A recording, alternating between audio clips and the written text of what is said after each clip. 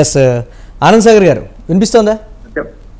Yes, ఒక అడ్వకేట్గా చెప్పండి, రాష్ట్రంలో జరుగుతున్నటువంటి పరిణామాలు చట్టం తన పని తాను చేసుకుపోతున్నాయని అనుకోవాలంటారా, లేకపోతే ఒక టీడీపీ నేతగా చూస్తే రాజకీయ పరమైనటువంటి క్రీడ మొదలైంది అనేటువంటి కోణంలో చూడాలంటారా? ఈ రెండు కోణాలా చెప్పండి ఒకసారి. మీ వాయిస్ మళ్ళీ వినపడలేదు, బట్ నేను మాట్లాడతా. Yes please. శేఖర్ రెడ్డి గారు మాట్లాడిన దాని మీద మాట్లాడు. Yes please.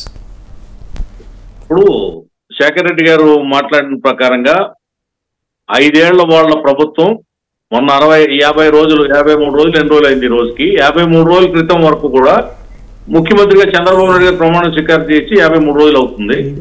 ఈ 53 రోజుల క్రితం వరకు కూడా ఆంధ్రప్రదేశ్ లో ఒక గంగిగోవు పాలన జరిగినట్టు, ధర్మం 4 పాదాలు నడిచినట్టు, ఏదో హిమాలయాల్లో ముక్కు మూసుకుని తపస్సు చేసే సాధువుల్లాగా, సత్పురుషుల్లాగా, యోగీశ్వర్లాగా, మునుల్లాగా, ఋషుల్లాగా వైసీపీ నేతలు పరిపాలన సాగించినట్టు, వెజిటేరియన్ ప్రభుత్వం నడిచినట్టు, పచ్చగడ్డి తాగి పాలిచ్చినట్టు ఆయన చెప్పుకొచ్చారు. నిజంగా అదే జరిగి ఉంటే, అంత మంచి పరిపాలన మీరు అందించి ఉంటే ఈ 11 సీట్లకి ఎందుకు వస్తారు మీరు? ఏకాదశిలో ఎందుకు పడిపోతారు మీరు? అది ప్రజలు మరి తప్పుడు తీర్పు ఇచ్చారని మీ ఉద్దేశమా? ఎన్నికలు సక్రమంగా జరగలేదని మీ ఉద్దేశమా? మీరు తప్పు చేశారు కాబట్టే ప్రజా కోర్టు మీకు శిక్ష వేసింది. ఇప్పుడైనా మీరు ఆత్మ పరిశీలన చేసుకుని, ఆత్మావలోకనం చేసుకుని, ఒక 6 నెలలు గవర్నమెంట్ పనితీరును పరిశీలించి అప్పుడు వచ్చి మీరు మాట్లాడితే అందంగా ఉంటుందని నా సలహా. అందుకే నేడు పోయి 6 నెలల తర్వాత రమ్మని మీకు నేను ఈ సలహా ఇస్తాను. అంతేగాని ఇప్పుడు మీరు ఇలా మాట్లాడడం వల్ల ఉపయోగం లేదు.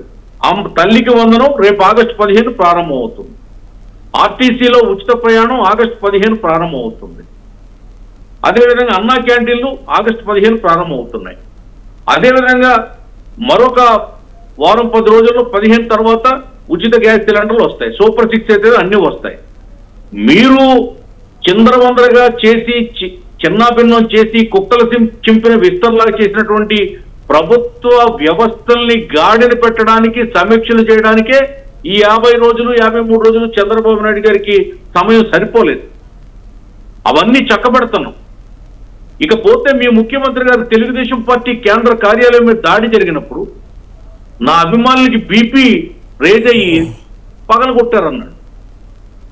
చంద్రబాబు నాయుడు గారి మీద మీరు మీ శ్రేణులు దాడి చేస్తే రాళ్లతో ఆనాడు డీజీపీ గారు ఏం చెప్పారు?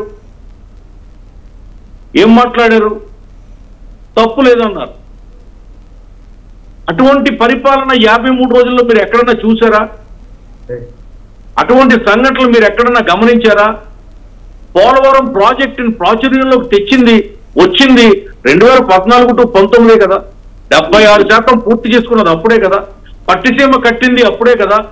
గోదావరి వెళ్ళి కృష్ణమ్మతో సంగమించి రాయలసీమలో ప్రవహించింది, వందలాది ఎకరాలకు నీరు పంచింది అప్పుడే కదా. ఈ 5 ఏళ్లు పట్టిసీమ ఒట్టిపోయింది కదా మీ పరిపాలనలో. మీరు వచ్చిన నెల రోజులకే ఆ బీహార్ నుంచి వచ్చినటువంటి ఆ పోలవరం కార్మికులు మళ్ళీ తిరిగి వెళ్ళకపోయారు కదా. మీరు రివర్స్ టెండరింగ్ అని చెప్పి గుత్తేదారుని మార్చారు కదా. ఎంత సేవ చేశారు? ఎన్ని వేల కోట్లు మళ్ళీ ప్రాజెక్టు వ్యయాన్ని మీరు పెంచారు. 68,000 కోట్ల రూపాయల ప్రాజెక్టు వ్యయం పెంచారు. ఇప్పుడు దానికి కేంద్రం అనుమతి ఇవ్వడానికే తల ప్రాణం తోకకొస్తుంది. పరిపాలన చేతగానిది మీకు. పరిపాలనలో వైఫల్యం చెంది ఓడిపోయింది మీరు. 11 సీట్లకి పడిపోయి ప్రతిపక్ష హోదాను కోల్పోయింది మీరు. ఈవేళ ఈ 50 రోజుల్లోనే నిత్యావసర ధరల్ని అదుపులోకి తెచ్చాం మేము. పప్పు 10 రూపాయలు తగ్గింది కేజీకి. బియ్యం 2 రకాల బియ్యం కూడా కేజీకి వచ్చి రూపాయి 2 రూపాయలు తగ్గినాయి. ప్రతి వస్తువు రేటు తగ్గింది. గమనించండి మార్కెట్. కాబట్టి ఇటువంటి దురాగతాలు, దాడులు, భూ కబ్జాలు ఇవన్నీ మీ ప్రభుత్వంలో జరిగినాయి. అరాచకం జరిగింది, విధ్వంసం జరిగింది. నేను అడుగుతున్న సమూహం అంటే వ్యక్తి సమూహంలో భాగం కాదా? పార్టీ సమూహంలో భాగం కాదా? వ్యక్తిగతంగా జరిగిన హననం అది చట్ట పరిధిలోకి రాదా? దానికి కేసులు ఉండవా? వ్యక్తికి అన్యాయం జరిగితే అతను చట్టాన్ని ఆశ్రయించకూడదా? చంద్రబాబు నాయుడు గారి భార్యను ఏ విధంగా మీరు మాట్లాడారు? ఏ విధంగా ఆవిడ క్యారెక్టర్ని అసెసినేట్ చేశారు? లోకేష్ గారు బాడీ లాంగ్వేజ్ గురించి ఎంత హేళనగా అవహేళన చేశారు, పప్పని పేరు పెట్టారు. ఈవేళ ఆయన రెడ్ బుక్ అంటే మీరు ఎందుకు జరుచుకుంటున్నారు? రెడ్ బుక్ పేరు చెప్తే బ్లడ్ ఎందుకు పడుతుంది మీకు? ఆయన పప్పు అన్నం తప్పు కదా? ఇప్పుడు రెడ్ బుక్ అని ఆయన అంటే తప్పు వచ్చిందా? అది రాజ్యాంగ విరుద్ధం అయిందా? ఎట్లాగా ఇవన్నీ మీరు ఎవరిని వదిలిపెట్టారు? దేన్ని వదిలిపెట్టారు? వైజాగ్లో 3,000 ఎకరాలు కబ్జా చేశాడు మీ విజయసాయి రెడ్డి గారు. అన్నీ బయటపడుతున్నాయి, వాస్తవాలు బయటకు వస్తున్నాయి. చెప్పండి, 50 రోజుల్లో అన్యాయంగా ఏం జరిగింది, అక్రమంగా ఏం జరిగింది? మేము ఉచిత ఇసుక పెడితే మీరు ఇసుకను ఏం చేశారు? మీ బినామీ కంపెనీకి అప్పచెప్పి అమ్ముకున్నారు కదా. 78,000 కోట్లు ఇప్పుడు దాంట్లో దొరికింది కదా, అవినీతి దొరికింది కదా, కుంభకోణం బయటపడింది కదా. మద్యపానం నిషేధిస్తానని చెప్పి, సంపూర్ణ మద్యపానం నిషేధం చేస్తానని చెప్పి మీరే డిస్టిలరీలు పెట్టుకుని 4 మంత్రులు పంచుకుని బొత్స గారు, పెద్దిరెడ్డి గారు, మాగుంట శ్రీనివాసులు గారు, ఇలాంటి వాళ్ళందరూ మీరు డిస్టిలరీలు పెట్టుకుని మందు తయారు చేసి అమ్ముకున్నారు కదా. ఎందుకు మద్యపాన నిషేధం చేయలేదు? ఉద్యోగులకి సిపిఎస్ రద్దు 4 రోజుల్లో చేస్తామన్నారే, చేయలేదే. ఏ హామీ నెరవేర్చారు? 45 ఏళ్లకే దళిత మహిళలకు పింఛన్ ఇస్తారని చెప్పారు, ఇచ్చారా? ఏది అమలైంది చెప్పండి? ఒక ఇల్లు కట్టారా? చెట్టు పట్టాలు ఇచ్చారు. చూడండి ఒక్కసారి, మీరు చెట్టు పట్టాలు కట్టిన దాంట్లో ఒక్క పేదవాడు ఇల్లు కట్టుకోలేదు. అక్కడ ఏం జరిగిందంటే ఆ భూములు కొనడానికి కుంభకోణం జరిగింది, ఆ భూములు కప్పెట్టడానికి కుంభకోణం జరిగింది. కొన్ని అయితే సముద్రంలో ఉన్నాయి ఆ భూములు, ఆ జాగాలు, ఆ పట్టాలు. కొంతమందికి అయితే పట్టా పేపర్లు చేతికే రాలేదు, కొన్ని వేల మందికి రాలా. కాబట్టి ఒక సమర్థుడైనటువంటి వ్యక్తి రాష్ట్రానికి కావాలని రాష్ట్రంలో ప్రజలు 5 ఏళ్ల అరాచకాన్ని గుర్తించి మీకు శిక్ష వేశారు.